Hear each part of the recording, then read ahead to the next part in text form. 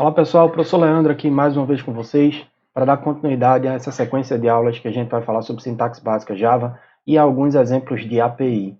Nessa aula de hoje a gente vai falar sobre o tipo string, sobre o método toString e sobre duas APIs que são extremamente importantes aí para a programação do dia a dia, que é a classe Scanner e a API do pacote Java.time, que traz a representação de datas em Java. O tipo string, como a gente já sabe, é um tipo que representa uma cadeia de caracteres. Como é que a gente manipula o tipo string em Java? Bom, a gente já viu que um char tem uma representação com aspas simples. Se a gente olhar aqui, uma representação com aspas simples representa um char. Para representar um string, a gente usa aspas duplas. Então, existem pelo menos três formas de a gente criar um string. Usando string, nome da variável, new string. E se eu usar new string, eu tenho basicamente fazendo a mesma coisa que eu estou fazendo aqui, só que usando a forma mais verbosa, criando um novo objeto, passando como parâmetro um literal do tipo string. Ou usando concatenação. E o mais aqui não é um sinal de adição, eu estou concatenando uma determinada string com outra string. Já que a gente já sabe representar o toString, já sabe representar um string em Java, o que danado faz, para que danado serve o método toString? Talvez alguns de vocês já tenham observado, mas o toString ele existe em qualquer classe. Se eu criar uma classe qualquer, minha classe conta, por exemplo, eu posso chamar o método toString dela. O toString padrão, quando você não escreve código nenhum, ele simplesmente retorna o valor da referência daquele determinado objeto em memória. Então, o que é que acontece se eu fizer isso aqui? Conta C1, new conta, considerando que a gente sabe que conta tem um número e um saldo, do tipo string e um double. E eu mando imprimir C1. Vejam que eu estou mandando imprimir C1 como sendo uma referência para o tipo conta. O que é que vocês acham que acontece? Provavelmente ele vai imprimir um valor hexadecimal de C1 que representa a referência do objeto em memória. Isso não representa muita coisa para a gente, ser humano. O toString, na verdade, ele chega para a gente dar uma representação textual a qualquer objeto que você quiser. Então vamos escrever um método toString na prática. Esse é um exemplo do método toString, mas eu vou chavear agora para o IntelliJ para a gente ver como é que esse negócio funciona na prática.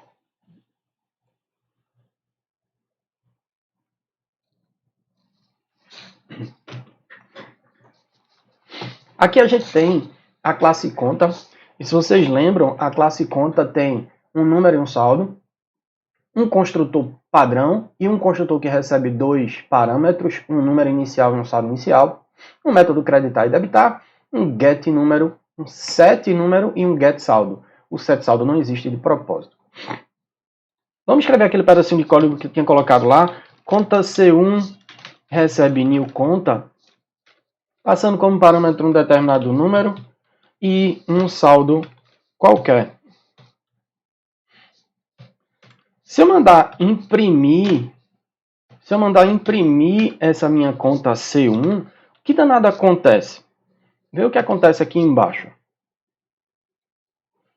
Ele está executando e a execução está mostrando para mim um br.frp, que é o nome do pacote, basicamente, .exemplos, .tipos, conta, que é o tipo do objeto, e uma referência aí em hexadecimal. Isso não representa muita coisa para a gente. Como é que eu faria para mandar imprimir alguma coisa que representasse, que tivesse uma representação textual válida para a gente como ser humano? Bom, se eu vier aqui na classe conta e simplesmente escrever um método toString, esse método vai ser invocado toda vez que eu mandar imprimir alguma coisa. Observem que o método toString ele não imprime nada, ele só retorna um string. Então, qual seria a assinatura do método? Olhando aqui para o meu lado direito da tela, a assinatura do método seria public string, que é o tipo de retorno, toString, que é o nome do método. Esse cara não precisaria receber nada como parâmetro e retornaria uma representação textual de um objeto do tipo conta. Digamos que eu fizesse aqui return this.número concatenado com um espacinho em branco, concatenado com this.saldo. Se eu estou dentro da classe, eu consigo acessar os atributos sem nenhuma restrição. Como o método toString está concatenando um string com um double, o resultado dessa concatenação também é um string. O resultado dessa concatenação também é um string. E o método vai retornar um string. Vejam, observem, eu vou repetir mais uma vez.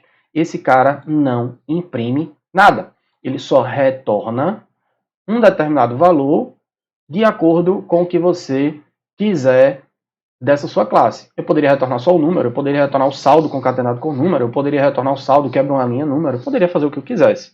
Agora, quando eu mandar imprimir, eu de propósito vou fazer c.toString, eu vou chamar o método toString para vocês observarem a execução do pedacinho de código C1 e C1.toString sendo invocado. Agora, quando eu mando rodar, o pedacinho de código aqui que está executando, está imprimindo justamente o número, espaço, seguido do saldo da conta. Certo? Não faria diferença também se eu fizesse simplesmente isso aqui, porque o método toString é automaticamente invocado. Então, se eu fizer isso ou isso, eu tenho exatamente o mesmo resultado. Olha para cá, no canto inferior esquerdo. Tá vendo? Duas linhas sendo impressas com o mesmo resultado. Ou seja, você pode escrever o seu método toString como você quiser, seguindo esta assinatura. Public retorna um string, toString faz o quê? Faz uma representação textual, retorna um valor textual que represente aquele determinado objeto. Se você está na classe conta, pode juntar o número e saldo. Se você está numa classe do tipo data, por exemplo, o toString poderia formatar a data com dia, mês, ano, hora, minuto, segundo. Se você está numa classe do tipo estudante, você poderia retornar o nome do estudante e o conjunto de notas que ele teve. Então, o toString não é nada mais do que uma representação textual e quem invoca esse método faz o que quer. Por acaso aqui eu estou mandando imprimir, tá? Nessa classezinha, eu estou mandando simplesmente imprimir o resultado do toString.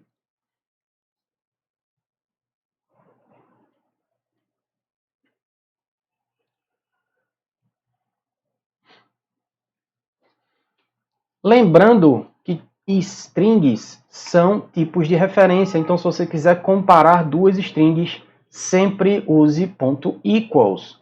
String A, new string bola azul, string B, bola concatenado com azul, então isso aqui vai ter exatamente o mesmo conteúdo dessa string aqui em cima. O detalhe, se eu quisesse comparar as duas, eu precisaria usar o A.equals B. Se A.equals B, esse cara vai imprimir conteúdo da string é igual, senão ele imprime conteúdo da string é diferente. Se eu testar com igual, igual, por acaso, o resultado é exatamente esse aqui, porque quando eu uso igual, igual, eu estou testando referência, eu não estou testando conteúdo. Se está com tipo de referência, usa .equals. Duas coisinhas que eu vou falar sobre APIs agora. Uma API bem importante que vocês vão acabar usando bastante durante o desenvolvimento, durante o curso e desenvolvimento de alguma parte do projeto, é a classe Scanner. A classe Scanner serve para você importar coisas, você receber dados do teclado. Com Scanner, você pode fazer exatamente isso aqui, instanciar a classe Scanner, que faz parte de um pacote específico em Java, então essa classe precisa ser importada, a IDE faz isso para você, e passa como parâmetro system.in. System.in é o input padrão do sistema operacional, que é representado pelo teclado. Então vamos fazer mais um exemplozinho rápido aqui. Se eu quiser usar scanner, vamos botar para cá.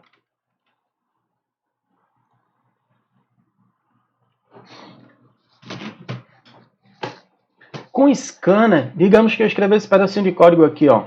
Scanner SC recebe new scanner. Observem um pequeno detalhe. Eu precisei importar a classe java.til.scanner. E no momento que você está escrevendo um pedacinho de código, digamos que eu estivesse escrevendo isso aqui pela primeira vez, vou só apagar isso aqui. Quando eu fizesse scanner, automaticamente a IDE diz, você quer importar?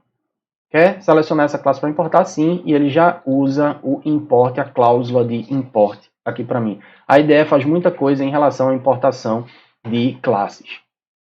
Scanner SC recebe new scanner system.in.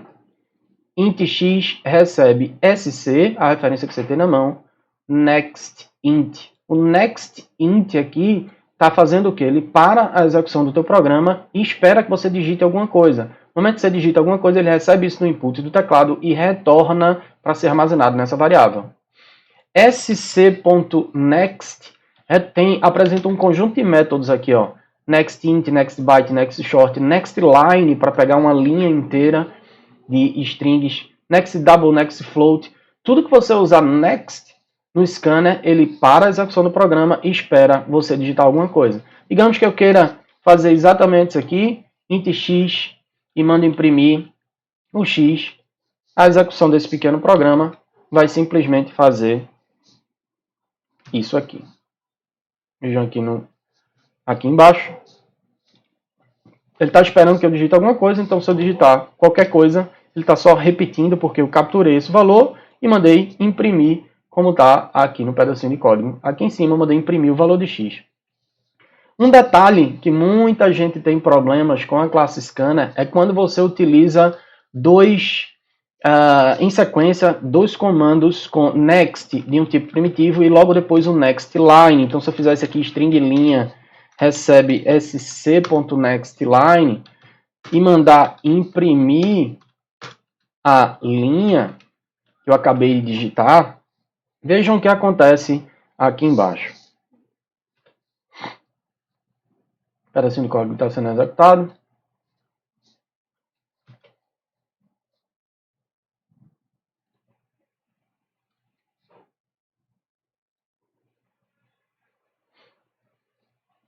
E agora ele está esperando eu digitar um número, digitei 1515, dei Enter, e ele, imprimiu o número e não esperou essa execução da linha do next line, ou seja, ele terminou meu programa e não capturou o que eu deveria fazer. O que é que acontece? Essa é um comportamento esperado da API.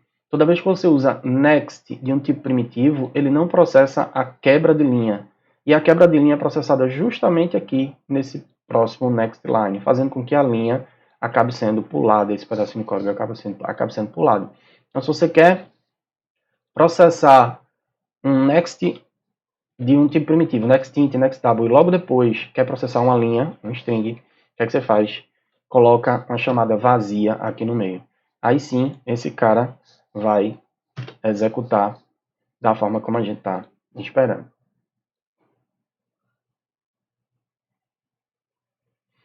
Vou digitar um número. E agora ele está esperando que eu digite uma linha qualquer, linha digitada, e aí sim ele está imprimindo o número, depois imprimindo a linha. Então cuidado, se tiver uma sequência de next, de tipo primitivo, e next line, usa uma chamada vazia aqui no meio. Beleza? Por fim, o que eu gostaria de comentar com vocês é uma API de extrema relevância quando você vai tratar de datas. Em algum momento vocês vão precisar manipular datas em Java. Seja data com hora, seja somente uma data, seja cálculo de intervalo entre datas. Então existe uma API bem interessante e aqui eu deixo a referência para vocês com todos os detalhes, com vários exemplos de código em português. Então deem uma olhadinha nisso aqui. Eu deixo esses slides disponíveis, não deixem de olhar. Esse pedacinho de código tem muito exemplo de como você usar as classes Instant Duration Period, por exemplo, e como usar um Local Date, que representa uma data local, e como usar um Local Date Time, para usar uma data e hora local, e esse local representa uma data sem fuso horário. Se você quiser alguma data com fuso horário, vai existir uma data chamada um objeto do tipo Zoned Date Time.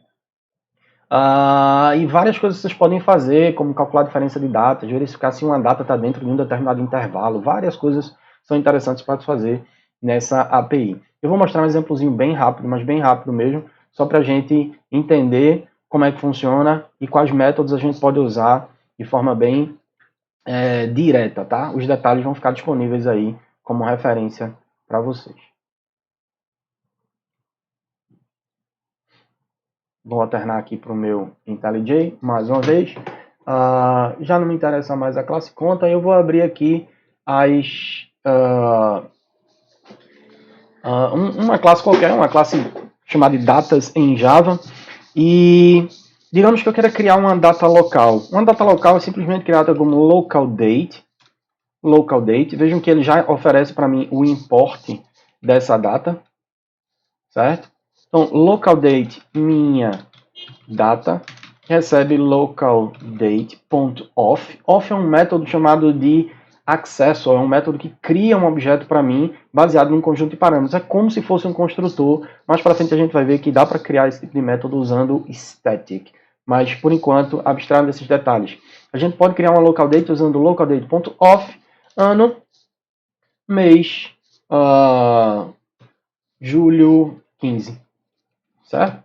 Feito isso, se eu mandar imprimir essa data, essa minha data, eu já consigo visualizar alguma coisa funcionando. Deixa eu só ver.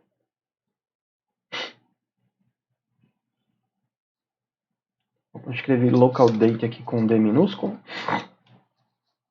E aí, quando eu mando executar esse cara,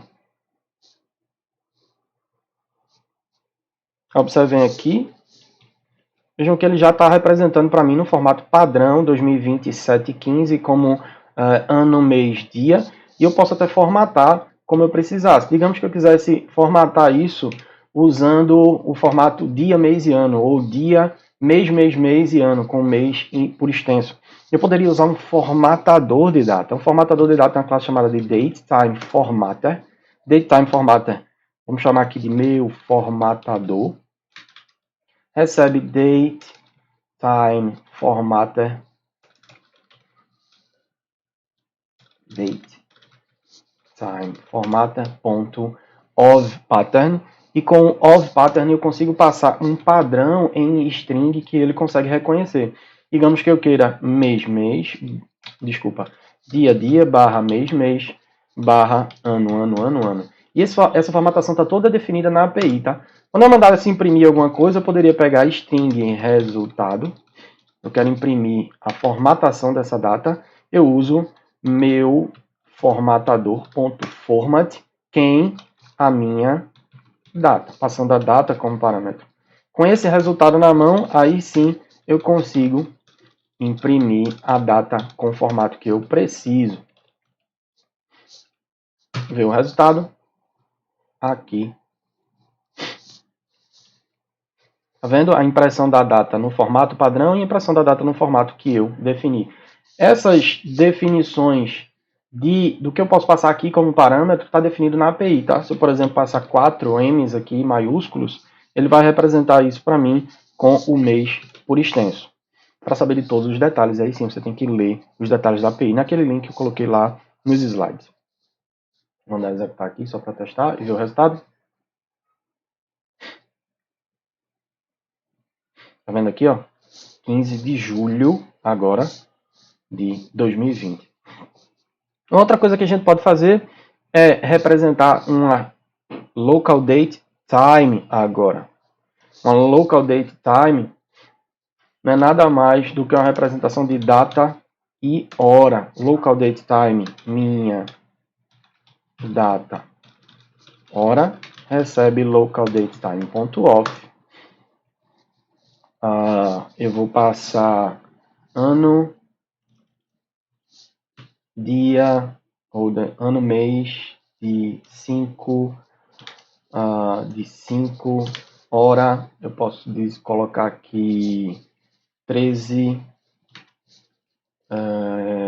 40, 00.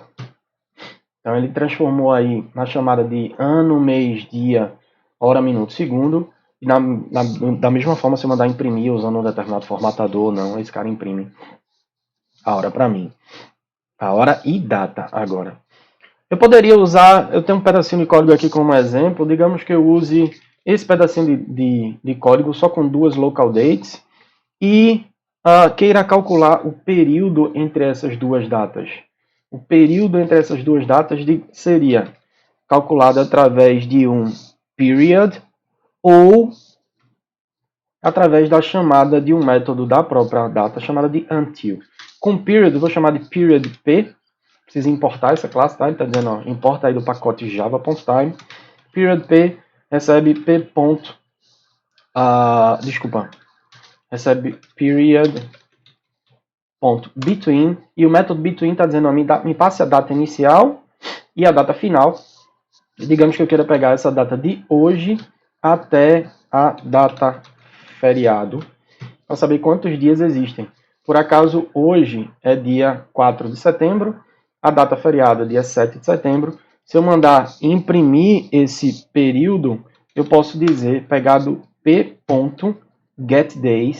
ele me dá aqui get days, get months, get years. Dependendo do período que você estiver escolhendo, você pode escolher qual unidade você precisar. Digamos get days, e eu mandar imprimir esse cara. Esse cara vai trazer para mim... desculpa, acabei de mandar imprimir. Deixa eu só mandar executar. E esse cara vai trazer para mim aqui... droga, eu troquei aqui a data, eu tenho um nome errado, mas agora vai. E agora sim, ó, o 3 que está sendo impresso aqui é justamente a diferença de dias de hoje até 7 de setembro. Um outro detalhe que você pode fazer é, usando esses dois objetos de data, por exemplo, data hoje, .until, e o until espera que você passe como parâmetro a próxima data, como por exemplo, data feriado. E a unidade que você quer de diferença entre as duas, eu poderia calcular de agora até a data de feriado, quantos segundos, quantos minutos, quantos dias, quantas horas existem, mas eu vou passar aqui .days. Eu digo, ó, me diz da data de hoje até, until, a data de feriado em dias, e esse cara me retorna um determinado valor. Eu vou guardar esse valor aqui em TV e mandar imprimir esse determinado valor. Acredito que esse cara aqui é um long, na verdade, desculpa. Eu vou mandar imprimir esse determinado valor. Veja que a diferença vai ser exatamente a mesma coisa de 3 dias, só que ele vai imprimir duas vezes os 3 dias. Primeiro referente ao period e o segundo referente o until, usando o método until. Beleza, galera? Todos os detalhes que vocês quiserem em relação à API, vocês podem consultar, podem perguntar a gente diretamente, mas a ideia é que vocês não se acanhem em ler a API, certo? A gente passa muito tempo lendo a API lá para ser consultada, então dá uma olhada nesse exemplo aqui, como eu tinha falado, nesse link, tem vários detalhes, mas na API oficial, se você buscar por local date time ou java.time API no Google, você vai retornar a documentação oficial de como você pode utilizar isso. Beleza? Obrigado pela atenção de vocês. Vai deixando o like aí para a gente saber que vocês estão assistindo. E até a próxima aula, quando a gente vai falar sobre estruturas e expressões de controle. Até mais!